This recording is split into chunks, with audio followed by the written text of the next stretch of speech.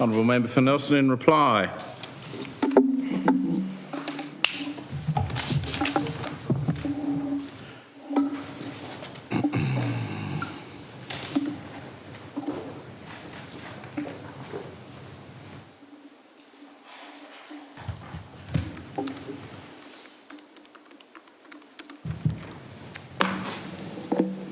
Thank you.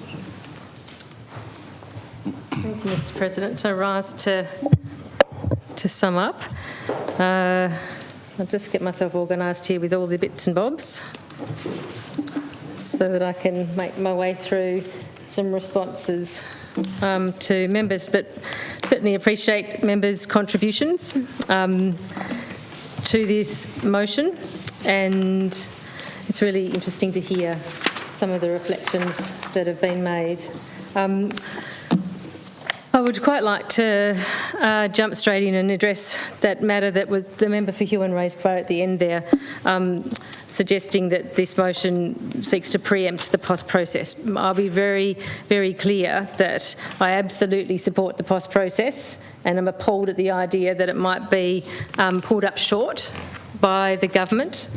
That would be entirely inappropriate, and I'd like to speak a bit more about that during my summing up, because others have raised that also. I don't see this motion as preempting the POS process, just to be really clear, because this probably relates to some comments from other members as well. This is not a motion that is for or against the stadium. It's not a motion that is about whether we stop or keep going with the POS process.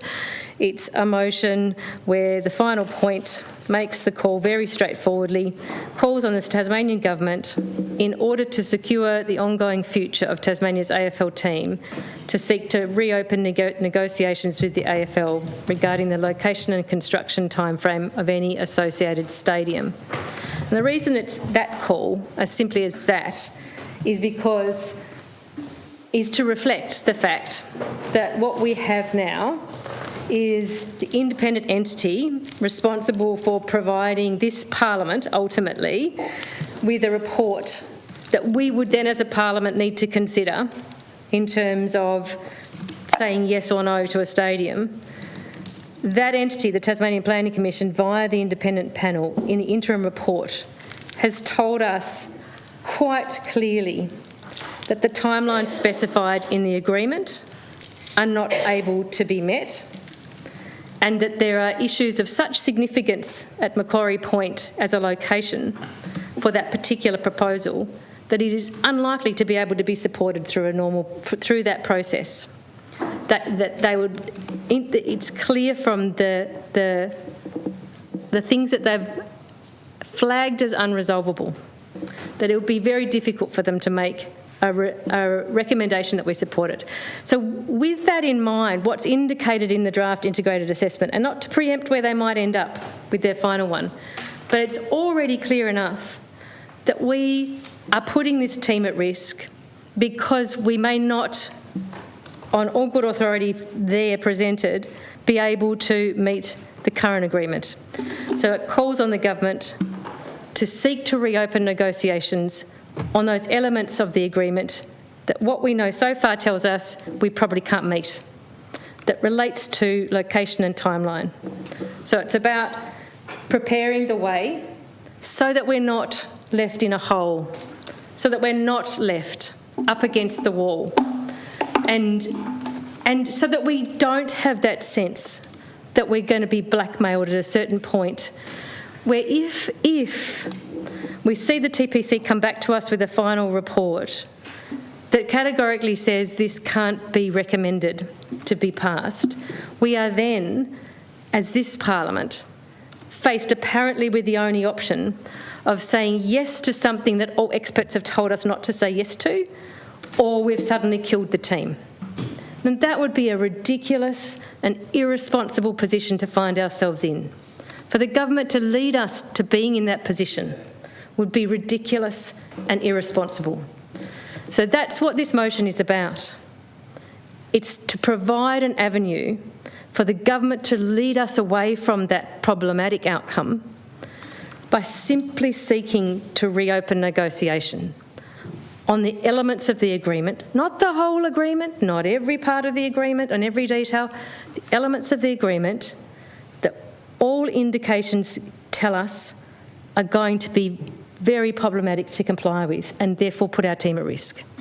So I hope that clarifies for people what this motion calls for and why. So that when we're voting on this motion, we're not voting for or against the stadium, for or against the team. In fact, we are voting for the team because we're voting to keep an avenue open that looks to be at risk right now for the team. So that's my response to the member for Huon.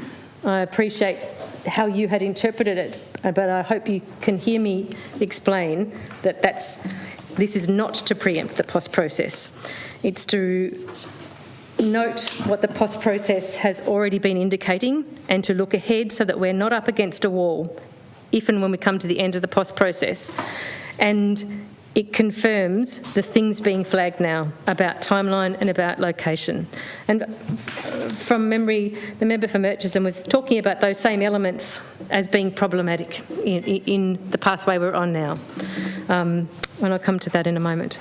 Before I go any further, though, I do, particularly in my summing up, because of things that have been raised by the government primarily, I do particularly want to recognise the work of the Tasmanian Planning Commission and in particular the independent panel that have been given this role to play in our POS process to do the integrated assessment work on this project. My goodness, I wonder how they're feeling today, interestingly enough, or I wonder how they felt last week once the report came out and the responses started to be triggered. It must have been extraordinary for that group of expert people, independent expert people, to have the things said about them and their work that have now been said in the public domain, in the media, and here in this place today. From the government, in fact. And last week, the Premier and various ministers slurring the TPC. It's quite disturbing, actually.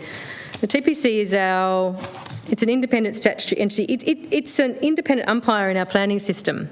We look to it to be the place we go that people can take matters for recourse if they have encountered an outcome that they don't agree with or feel isn't right at an earlier stage of the planning process, can be appealed to the TPC. The TPC can resolve those things.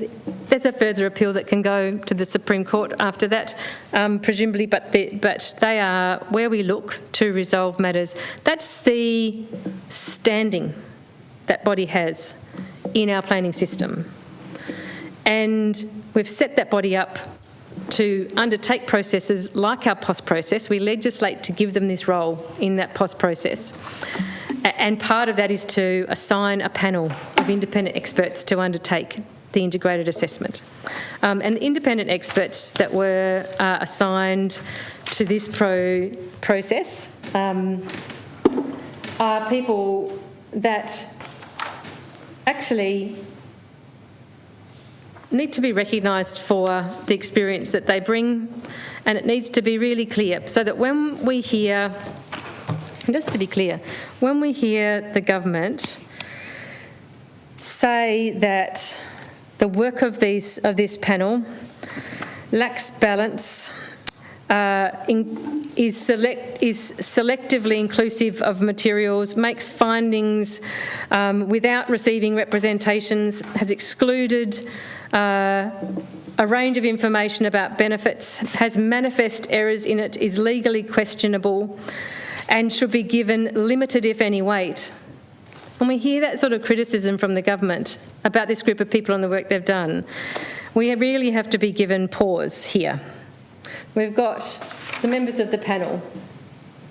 Gary Prattley, who has long-standing and extensive involvement in planning and urban and regional development across New Zealand and Australia, including heading up the planning system in Western Australia, Tasmania and ACT. He's also held senior executive positions in the New South Wales Government, including responsibility for major projects, and has been involved in private sector developments in regional Australia. In 2017, Gary was awarded the biannual Sydney Luca Medal by the PIA, the Planning Institute of Australia, for notable contribution to urban and regional planning in Australia. Gary was Deputy Commissioner for Town and Country Planning and Director of Planning in Tasmania between 1988 and 1993. We have Paul Turner, SC. Paul Turner has practised in Tasmania as a litigation lawyer since 1981, retiring this year as Assistant Solicitor General to this state. Paul was responsible for the conduct of civil litigation involving the state and regularly appeared as counsel in all Tasmanian courts and tribunals. He has extensive experience and expertise in a number of areas of law, including planning, environmental and public administration law. He was appointed Senior Counsel in June 2019. Lynn Mason, AM, is on this panel. Lynn Mason has over 30 years' experience in local government as President of the Local Government Association of Tasmania, Senior Vice President of the Australian Local Government Association, member of the Tasmanian Local Government Board and a member of the Board of Inquiry into the Glenorchy Council. She's a member of the Tasmanian Local Government Code of Conduct Panel. Lynn is a former councillor and Mayor of Flinders Council. As a Director, she's been Chair of Tasmanian Affordable Housing Inc, Metro Tasmania and the Tasmanian Community Fund, and a Director with the Primary Industries Foundation, Crime Stoppers Tasmania, Rural Alive and Well. Lynn is part of a family-owned and run agricultural and fishing business and farms on Flinders and in northern Tasmania. We have Shelley Penn, AM. Shelley Penn is an architect, urbanist and non-executive director. She has over 35 years' experience encompassing architectural practice and senior strategic advisory roles supporting governments and the private sector to advance outcomes for all people through the quality of public architecture and urban design and built environment. Currently Deputy Chair of the ACT Suburban Land Agency, she's a member of the CIT Woden Project Board, the Victoria University's Infrastructure and Planning Committee. She's a member of several state and city design review panels, Associate Professor at Melbourne University and Adjunct Professor in Architecture Practice at Monash, where she's also University Architect. Past roles include Chair of the National Capital Authority, National President, Australian Institute of Architects, Associate Victorian Government Architect and Deputy Chair of Heritage Council of Victoria. She's a Life Fellow of the Australian Institute of Architects. And finally, Mr President, Martin Wallace, former Secretary of the Tasmanian Department of Treasury and Finance. He has extensive experience in public finance, economic analysis, economic and regulatory policy, business development, financial management. He has held executive level roles in the energy and telecommunications industries, in health and human services. He's an experienced board member with present and past roles including the National Competition Council, Tas Racing Proprietary Limited, Aurora Energy, Tasmanian Public Finance Corporation and the Governing Council of the Tasmanian Health Service. That is the panel that we are talking about here of independent experts appointed to undertake the integrated assessment by the TPC. These are the people that are being besmirched by the government and unfortunately by the Macquarie Point Development Corporation in the types of public language being used about the work that they're doing and the quality of that work. Not only that, there are inaccurate claims being made by the government about that work. For example, to make criticisms of this process and that panel's integrated assessment by saying that they had not taken representations to feed into their work. Well, that's rubbish. The first stage of the POS integrated assessment, the one that they've done, is against a set of guidelines that were produced through a public consultation process, and is entirely based on a couple of things. One is the material put forward on the project by the proponent, which they had to drag out of them, by the way, going back numerous times to get more information, and through consulting. And it's defined in our legislation who they have to consult with. It's not the general public. I'll tell you who they need to consult with. It requires consultation during that first integrated assessment stage with the council of a municipality in which the project is located and each agency which in the Commission's opinion has an interest in the project. The section of this report titled Consultation Summary provides an overview of the consultation process undertaken in the preparation of this draft IAR. And anybody can go and read that, Mr. President. Anybody who's read this report would be familiar with what occurred in terms of the material that went into this to be assessed and to have the findings that have been made here. And those findings, of course, which is made very clear in the report, are put out as an issues report for consultation, Mr. President. That is literally now the phase we are in of this process. They have done their job using the information provided by the proponent and provided by the others that they consulted with, that they deemed was necessary under the Act. And they have come forward with this report and this information raising particular sorts of issues and concerns. What happens now is, as long as the process, of course, is allowed to continue, what happens now is there's a public consultation phase through to the 8th of May where anybody, including the public, including expert bodies and organisations, including the proponent, including the government, if they like, can put forward further information in response to this draft integrated assessment report. And the panel is able to hold hearings. Why do they do that, Mr. President? Why might that be a really important part of this process? Because one of the things that really disturbed me this morning when the Premier was answering questions in questions time in the other place is that he implied, when he talked about the possibility of cutting the POS process short and bringing on enabling legislation instead, preemptively, he said that, oh yes, submissions can be made. We won't do anything until after submissions close. But then he didn't promise that hearings would be held.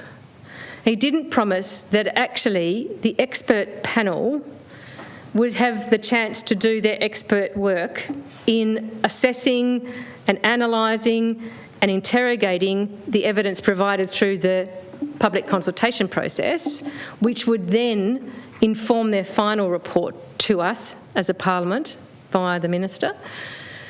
He didn't promise that that would happen.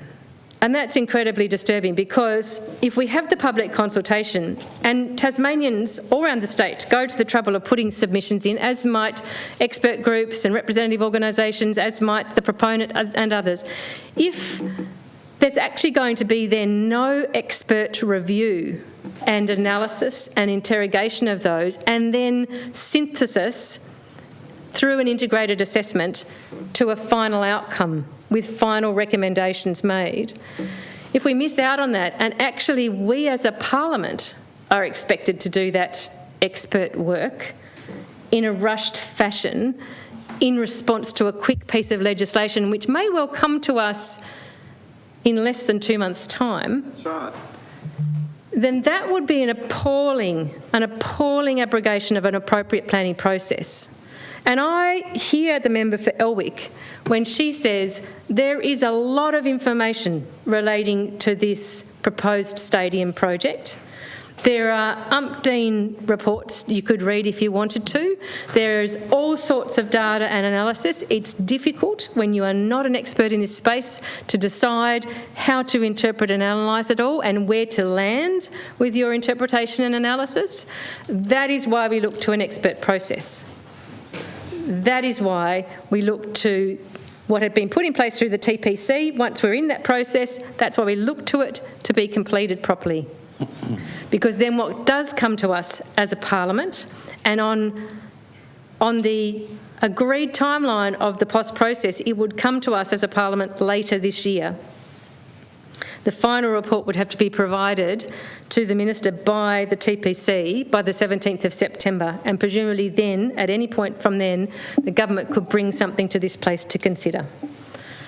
But if we cut that short, if we actually don't have the expert panel complete the work they started in light of the submissions made in this consultation period, and we preemptively have to be voting on yes or no on the stadium in this place in less than 2 months' time, then that will put all members here in an incredibly difficult position, because if the member for Elwick thinks it's been difficult to keep up with all the information available to this point, just wait till you have to do that with about a week's notice at the end of May. And there's no way then to say, just a minute, this was supposed to happen in 6 months' time, with independent expert advice to us about these matters. We will be the ones having to make those expert decisions and analysis, and that's not something any of us are in a position to do effectively in this place. It's simply not. And that's why it would be an appalling abrogation of responsibility on the part of the government, and an absolutely anti-democratic, anti-good governance, and anti-Tasmanian best interests to pull up stumps right now on the POS process, or in the very near future, maybe even on May the 9th, and decide to bring a piece of legislation to this place instead. It's a shocking suggestion that the government would even be looking at that.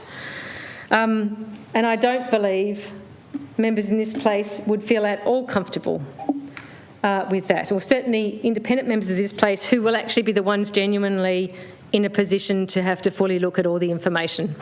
Because let's face it, if you're a party-aligned member, you're going to vote the way your party tells you, most likely. Sadly, but that's most likely what will happen. Well, every Green vote's a conscience vote, just to be clear. Well, there's only one of you here anyway, so there you go. The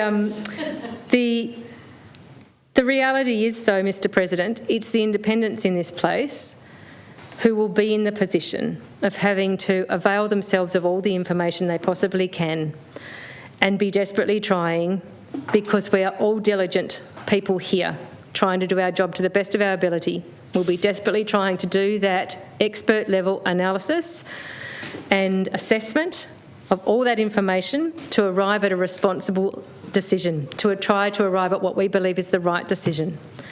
And that's an appalling position to be in, when what we should have in any planning process, and many of us here, not me, but many others here are from a local government background and understand the planning process very well, our planning system and how we set that up so that they are, at various stages, are experts in forming decisions being made. Local councils have that. They have expert planning staff on board to provide them with information and expert assessment of the things they're to consider.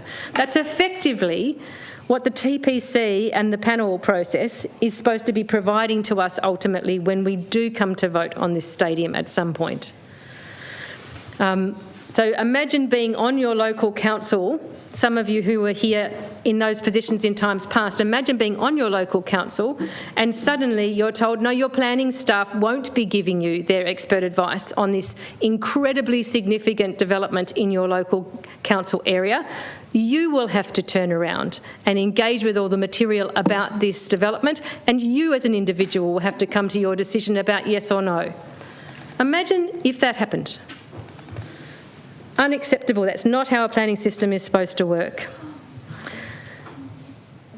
So, Mr President, just gather my thoughts here while I work my way through some responses to be made.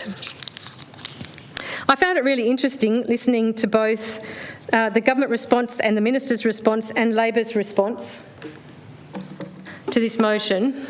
Wasn't much difference between the responses. Well, there's that. But the thing I was going to note was that I didn't hear any of those contributions express any concern about the glaring red flags raised in the IAR, the panel's report, interim report. I didn't hear any acknowledgement about the concern. For example, the two glaring red flags that are in this report. I didn't hear anyone express any acknowledgement or concern about the fact that this project could affect our state's credit rating, or that there is an utterly alarming public safety risk in terms of evacuation from this venue. No No acknowledgement in any of those contributions, the government, the minister or Labor.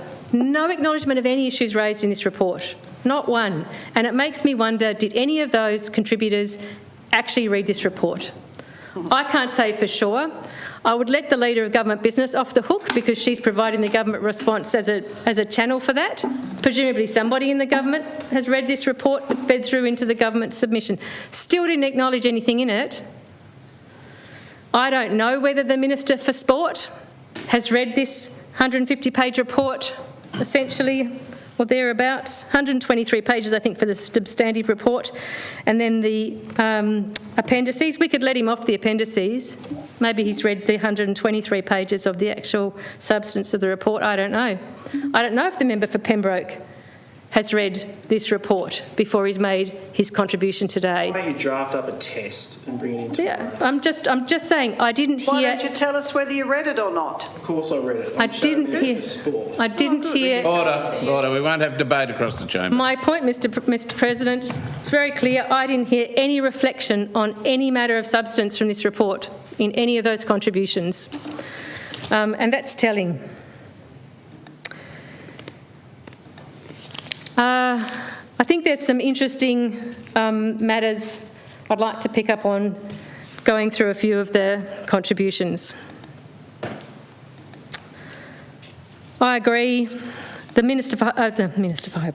member for Hobart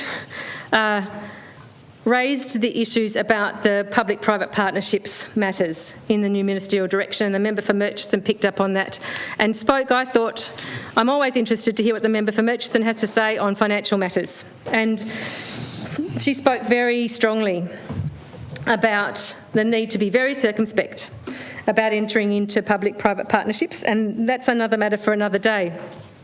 Although it does go to the substance of this motion and the call in the motion, because that's there to say, hang on, there's things here we're rushing into that we're going to need more time on.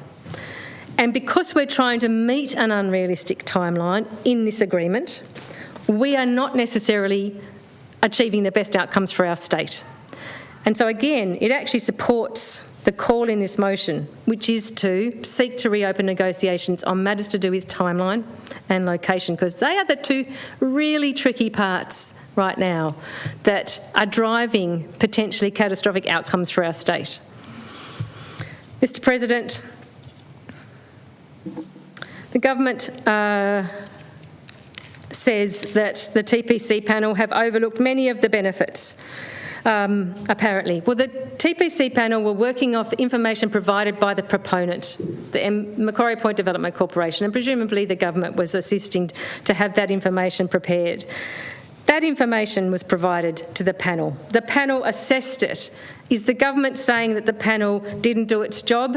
Is the government saying that the panel wasn't capable of doing its job, that it got it wrong? I don't know what it was saying. But here's the thing, it's an interim report, it's a draft report.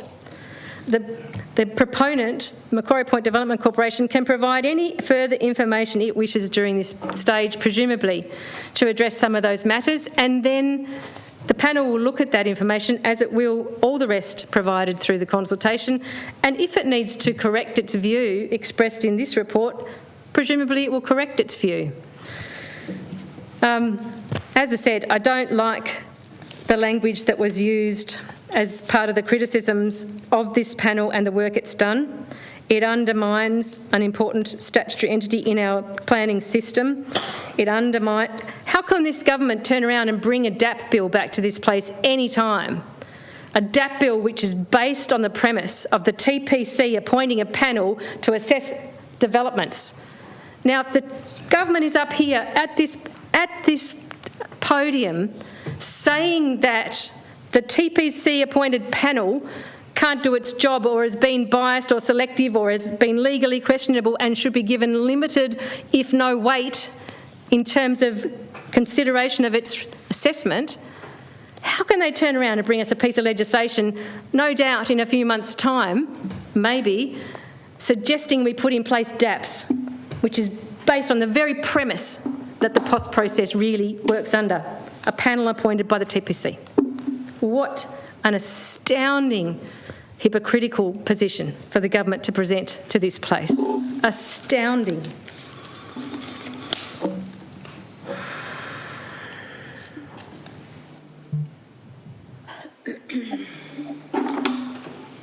Is that my water?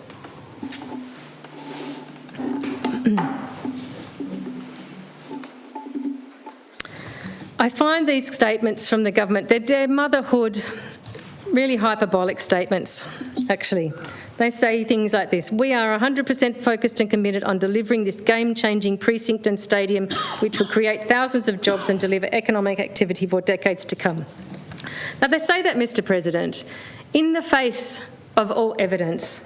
We've got clear independent expert evidence which says that this stadium, that's what this interim report says, the stadium itself, positioned in Macquarie Point, where it's proposed to be, precludes any of the other precinct developments, essentially. It can't be a multi-use area with all these vibrant things going on. It can't be, because they need to leave enough room around the stadium for people to get in and out safely. Categorically, this report puts that to bed. This is not a precinct we're talking about, it's a stadium, simply and only in this location. It does say that jobs will be created in construction, between 1,500 and 3,300 or thereabouts FTE in construction. We don't know whether those are Tasmanian jobs. They'll be there for a few years, that's great. Do you know what? Any way we spent $1 billion, $750 million, let's say, if we had to spend that anywhere, we would create that many jobs. So there's nothing special about this stadium and these jobs. Any public money of that magnitude that we spend, and in fact this report tells us if we spend public money to the same extent on a different project, we would get a better return potentially. That's what it's saying. We could pick numerous other ways to spend public money of this magnitude, and we would get more jobs created, and we would get more economic benefit, and we might not put our credit rating as a state at risk, and we wouldn't establish for ourselves decades of debt. There are better options for spending public money, Mr President. It says that there'll be 203 to 238 full-time jobs once it's in operation in the stadium. And that's what this report's assessing. It's a report assessing the stadium and the related things to its operation. 200 jobs. And again, the report says, do you know what? If we spent this money in a whole range of other ways, we'd get more jobs than that in an ongoing way. It's fine to celebrate the creation of jobs. We all celebrate the creation of jobs. But you know what you have to ask straight away is, given the public money you're proposing to spend, is that the best bang for buck we can get when it comes to jobs, jobs, jobs? And if experts tell us, no, it's not, then we really have to think about whether this is the right way forward. And again, more time to consider this would be useful, Mr President.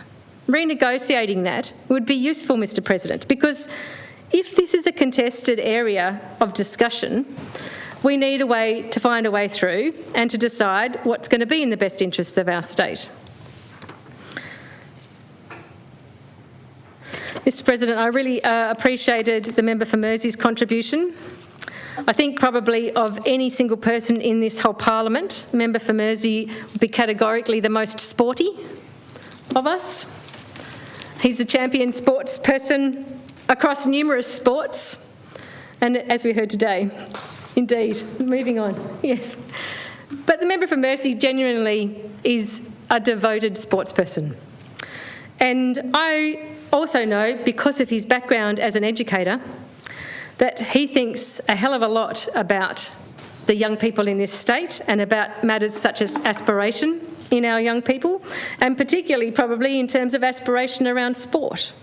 He's been a champion for that, I think, in this place, speaking up a lot on matters to do with funding of sport in this state, in different codes and in different regional areas. So I thought the contribution was particularly interesting to listen to, and I appreciated it. I agree. I think, and the report, even this report says, just to be clear, because a lot of members spoke about this wonderful idea that we're providing young Tasmanians with an aspiration to compete, and that we're already seeing blossoming of participation in Auskick and the like. And absolutely that's true. And this report says, yep, that's related to the team. So the stadium itself isn't the driver of that. The team is the driver of that. And I know we're going to come back to people insisting on, oh yes, but the AFL says if there's no stadium, there's no team. And I'll get to that in a minute, Mr. President. But let's be really clear. The excitement is about the team. The generation of interest and engagement in young people is about the teams. And the aspiration to play in the team is about the team.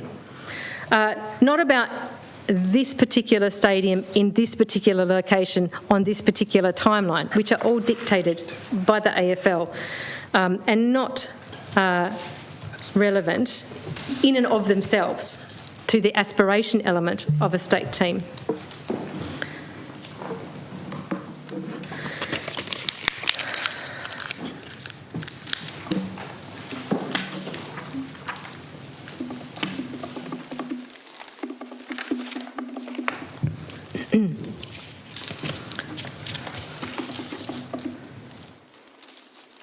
The Minister spoke quite a bit about setting our team up for financial viability over time.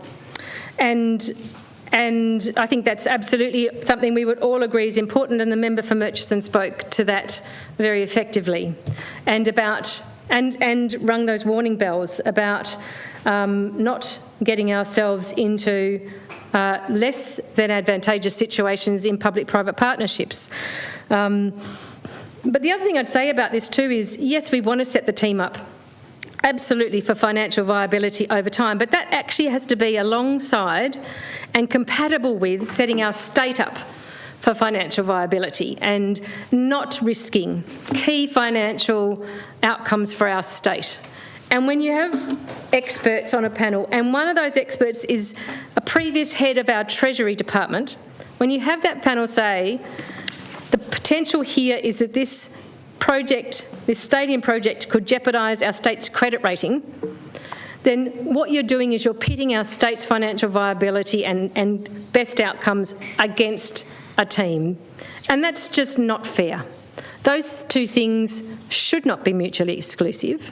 They should be able to be compatible, and we should be pursuing both of them in a cohesive, coordinated way.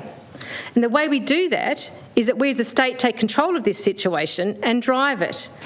The AFL is never going to be pursuing those two things in a cohesive and coordinated way. They will never be putting the financial outcomes for our state and the financial health of our state at the top of their priority list. It simply doesn't make sense for them to do that, and we shouldn't expect them to do that, which is why when it's decision-making relating to our state, we look to our state leaders to pick up the baton and to be driving the conversations and the decisions about what needs to be in place here to achieve the dual aims of financial viability for our team, but not at the expense, indeed in complement to our state's financial viability and positive financial outcomes. It's always quite tiresome, I find, Mr. President, when you have people listing all the other states and how wonderful things are there and how we're just trying to do what they're doing. Because, of course, all those situations have their own particularities and differences. The member for Murchison spoke to some of those, and she's just been informing herself about those quite effectively. So that's great. All power to them. Did they all have... Australia's also awash with money. They're all, well, West Australia. absolutely. Yeah. Every single circumstance for each state is different. Did they have to have them at the outset of their team starting? No, none of them did. They all had a timeline towards those outcomes. Did their stadiums have to go through their planning systems successfully? I know we hear a lot about the fact that various other states, there was opposition to the stadium being built, but then everyone's happy now because it's so wonderful. That's fine. Did it go through their legislated planning system and have every opportunity to be assessed and then decided on under their planning systems? I suspect they did. I suspect that if there are examples in those other states of stadiums that were pushed through by a government acting in a very autocratic manner to preempt and avoid a planning system, we would probably be discussing that.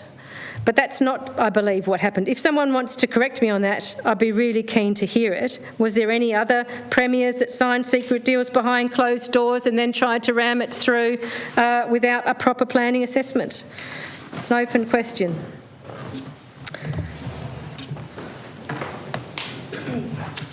One thing that I just need to mention, because it's an unnecessarily offensive thing to have said, and it came from the Minister, which is sad, and it's probably unfortunate because he's a northern-based member. But to reflect on Macquarie Point, as if to disparage the idea people would feel concerned about what is put on that space, to reflect on that area as a piece of land with a sewerage work on it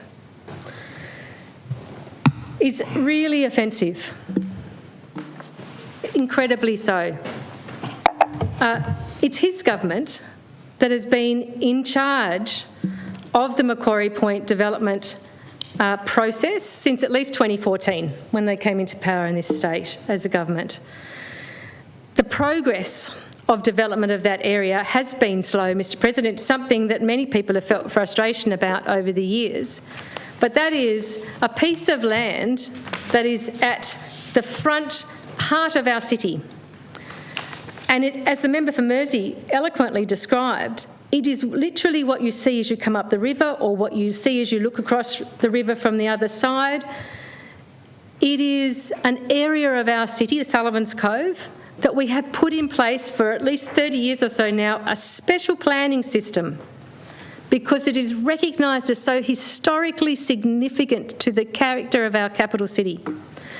And so on that front, it's not surprising that this piece of land, which is decided to be redeveloped, might take some time for that consideration to occur, particularly because there was significant remediation of various sorts that had to occur on the piece of land. And yes, to many of us driving past, it didn't look like much was happening for 10 years, but actually quite a bit was happening. And we were also going through what would be an appropriate process when considering as a city what we should best do with what is the most prime piece of real estate in our capital city, and which can, through the choice of what we put on it, absolutely shape the way our city looks and feels entirely. And in this integrated assessment report, that is addressed to some extent and discussed. It talks about the fact that we've got various planning system arrangements and acknowledged rules about development both in Sullivan's Cove and in Central Hobart that are all about the natural amphitheatre of our capital. Our incredibly beautiful capital city, Mr President, that has Timtimili Mananya running through it, that has Kununyi in the background as a backdrop, and that has, rising through the foothills from the river to the mountain, our city, our centre of our city, and then our inner suburbs laid out in a natural amphitheatre. And it talks about the fact that we have, in a fairly sophisticated way, over recent times, decades, put in place for ourselves a careful set of rules that understand the character of our city, the important things we need to protect about that, what we want to enhance or what we want to avoid when we put development in place. And none of that, as this report says, none of that has been taken into consideration with the proposed stadium at Macquarie Point. It absolutely blasts all of it out of the water by just plonking this incredibly substantial development that is not in keeping with any of that character and those rules put in place to protect it, right there on the face of our city. So I would encourage the Minister to not repeat that kind of sentiment when he's reflecting on our capital city and what is the most valuable piece of real estate yet to be developed in it.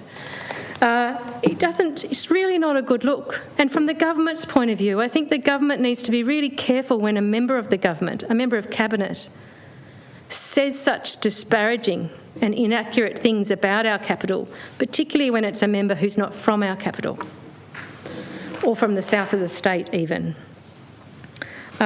It's incredibly offensive and unnecessary.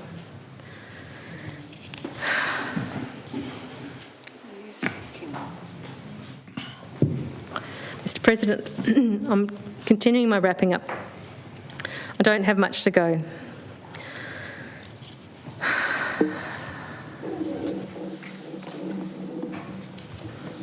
I agree with the member for Murchison that what we have here is a proposition where the team is a low-risk proposition and the stadium is a high risk. There's no other way to interpret that. Massive support for the team, incredible contention around the insisted-on stadium. All the more reason that we need to be, at this point in time, thinking to ourselves, what is the most constructive way forward here to leverage off and maximise the low-risk proposition of our team to reduce the high risk that sits around the proposed stadium.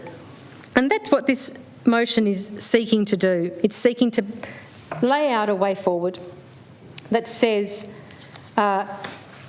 based on where we are now, this looks like it could be in trouble and it could put our team at risk. It's time to start renegotiating some elements to at least give us breathing space to further discuss two key things, timeline and location.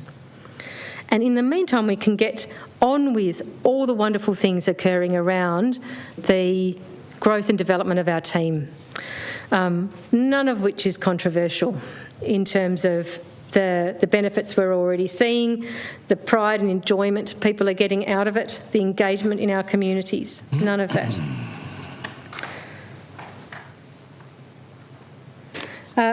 Mr. President,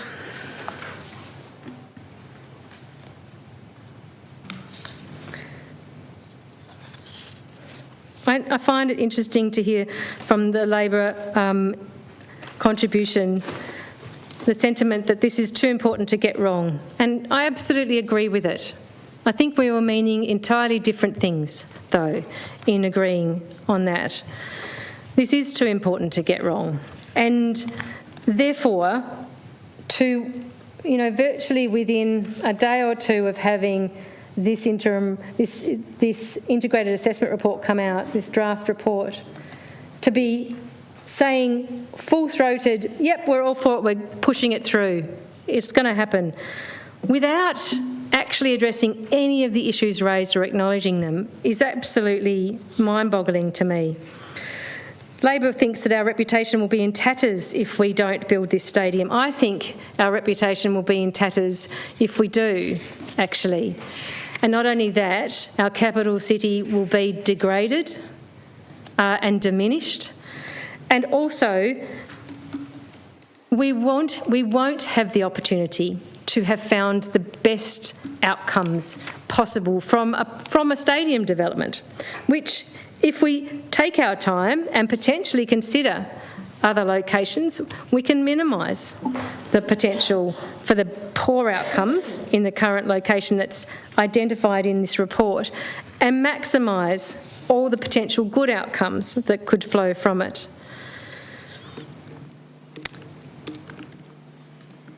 I find it really quite interesting to have Eddie Maguire quoted at us here as how we're going to be all embarrassed, apparently, if we don't build this stadium, Mr. President, because we can all pull out quotes from, AFL-related sources. Certainly Jeff Kennett, in his tweet that I'll read from last week, when the Planning Commission report came out, Jeff Kennett tweeted this: Tasmanian Planning Commission report today has killed the possibility of a new AFL Stadium being built in Hobart at an estimated cost of $1.2 billion, over $700 million that will have to be paid by Tasmanians, which they can't afford. Great embarrassment for the AFL Commission and former administration. No social concern by the AFL towards the community of Tassie. AFL contribute a miserable $15 million for a project that will cost $1.2 billion to build and cover operating losses. Fancy here that we see Jeff Kennett being a better champion for the best outcomes of our state than our own state government or opposition. It's absolutely astounding, but I think Mr Kennett is on the right track when he says that the AFL should be ashamed, basically, of putting us in that position. And that's why I maintain the assertion that it would be a reputational risk to the AFL to reject efforts at renegotiation at this point on matters relating to timeline and location. We are well in the process of having our team established here and up and going. We are well down the track to that. Can you imagine if our state government were to suddenly put our state's interests at the forefront and go to the AFL and say, right, this isn't looking like a good outcome. We need to sit down and talk through some details and renegotiate some bits. Can you imagine the AFL turning around and saying, no, bugger off?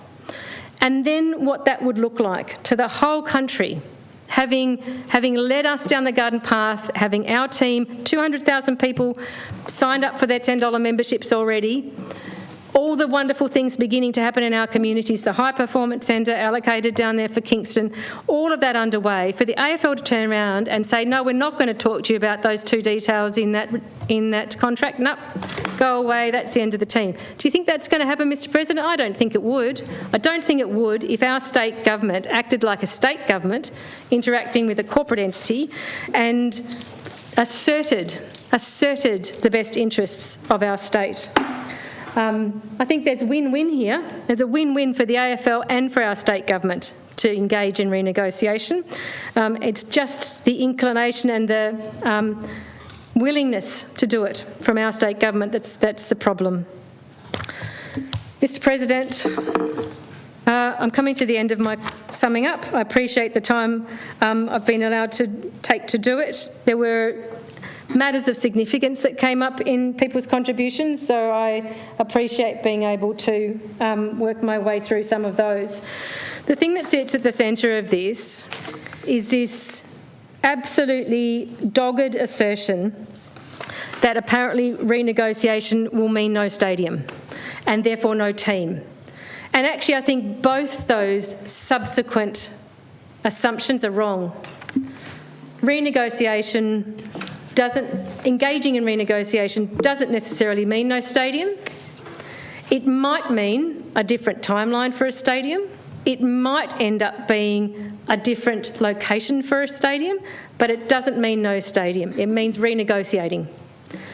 And certainly, I absolutely refute and will always refute this idea that no stadium means no team. I think that we have a team, it's in progress already, and the stadium is still a matter of discussion. It hasn't passed our planning system yet. It hasn't passed this place, so we are already proving it wrong.